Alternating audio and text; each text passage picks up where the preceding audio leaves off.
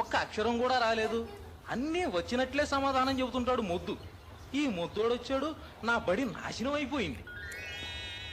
మొద్దోడా, ఒరే మొద్దోడా, ఈ మొద్దోడు ఎక్కడ చచ్చాడో ఏమో.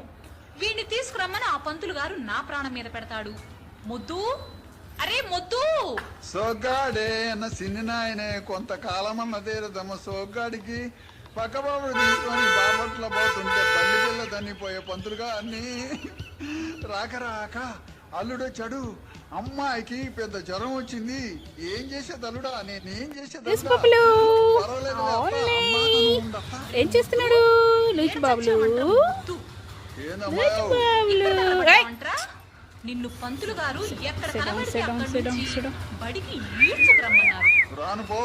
రాకపోతే పంతులు గారు తంతారు. ఏడ్చాడు ఎదవా. పంతులు గారిని అంత మాట అంటావట్రా? పెద్ద పెద్ద మగవాళ్ళని